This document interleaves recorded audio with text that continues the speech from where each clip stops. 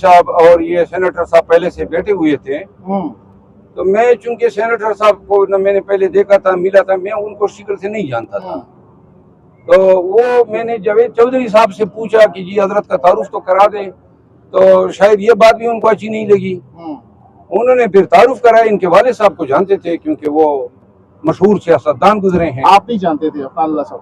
नहीं, अफनानुल्लाह को नहीं जानता था, मशाहिदुल्लाह खान को जानते थे। वो बड़े मशहूर सियासतदान गुजरे थे। तो बेसिकली ये नए आए हैं, यंग हैं, अभी वाले साहब के मफाद के बाद जो है, तो मैं नहीं जानता था, वरना अदरवाइज और मैंने नहीं देखा था ना, मेरा कभी इनके साथ वास्ता पड़ा था। वहाँ पे वो नवाज शरीफ साहब की आमद के हवाले से पहले सवाल आया, और रिकॉर्डिंग के दौरान या रिकॉर्डिंग हो रही थी जी। तो जब सवाल आया तो उन्होंने सवाल, नवाज शरीफ, अभी अगर वो रिकॉर्डिंग आ जाए तो वो नवाज शरीफ के बजाय इमरान खान पे तनकीद करने लगे। सवाल ये था